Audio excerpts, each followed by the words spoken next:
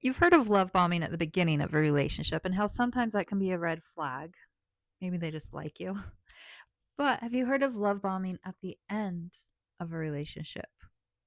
My name's Deb, and I like to share the human experience of all the full spectrum of the human experience, the joys and the sorrows, to help others understand their human experience a little bit better.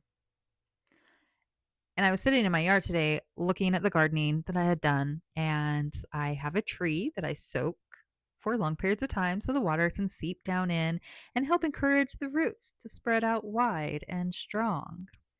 And I was looking at the weeds. Usually I wait until rainstorms to pull the weeds because the ground is hard and dry. And so if you try to pull out the weeds while the ground is hard and dry, it just snaps at the base of the plant. And then all the roots are still there. And you are still going to have to pull a weed once it grows up again. So I do it during rainstorms. It's been really dry lately. Haven't had any rainstorms. So my mind was like, well, it's these weeds are getting big. I might have to put a sprinkler on them so I can rip them out of the ground. And then my mind thought how odd that was to water something with the purpose of destroying it. And the more, so yeah, usually we water things when we want them to grow big and grow strong.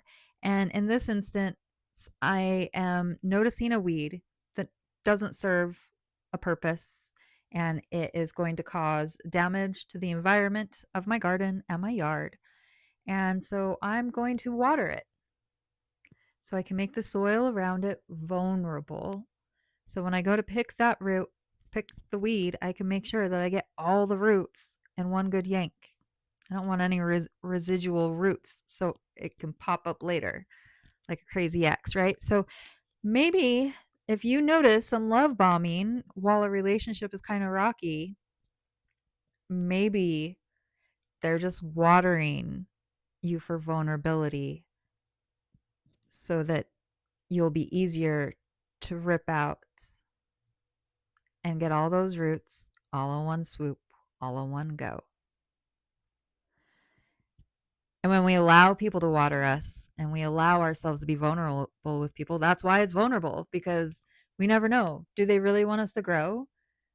Or are they going to use the vulnerability against us to rip everything out from underneath us? You never know. Or you do know. If you follow your hunch and listen to God, you'll know. Have a blessed day.